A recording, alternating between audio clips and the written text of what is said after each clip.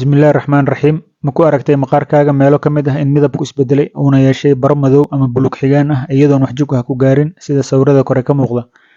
Maalmo kadibna ma baaba'daa bartaasi haddana meel kale ma ku samaysantaa? Haddii jawaabtu haa tahay, casharkan adigu kugu socda ee ka faa'iidayso lana wadaag bulshada.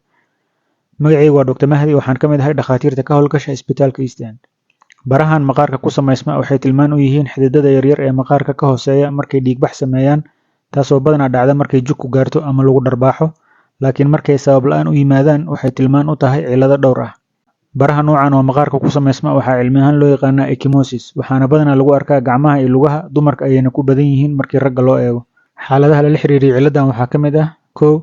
Qaadashada daawooyinka sida kuwa dhiigga khafiifiya, xanuun baabi'iyeyaasha qaarkood sida aspiriinka iyo ibuprofen, qalajiyeyaasha qaarkood kuwaas oo yareyn kara unugyada xinjiroobista qaabilsan ee loo yaqaano platelet, daawooyinka dhimirka qaar ka mid ah, kareemooyinka ka samaysan steroidska kuwaas oo bulshadeenu badanaa si qaldan u isticmaasho, kaniiniyada laga sameeyey saliidda kalluunka, toonta, ginseng iyo fitamiin E.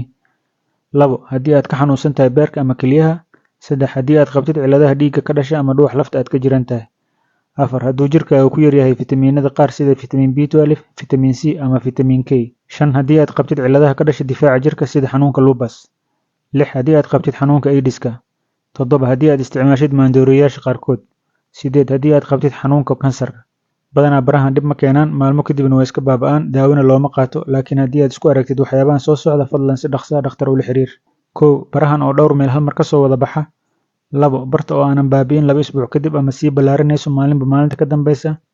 3. Haddii ay jug ku gaartay kana shakisan tahay inay laf ku jaban tahay. 4. Haddii aad isku aragtid cirid dhiig, sankoror, caadada oo muddo socota ama meeshuu dhaawac kaa gaaraba inaysan dhaqso dhiigu ka istaagayn, ama aad fir u leedahay cilladaha dhiigbaxa keeno. Wixii su'aalo ah noogu soo gudbi qaybta comments-ka, waana mahadsantihiin.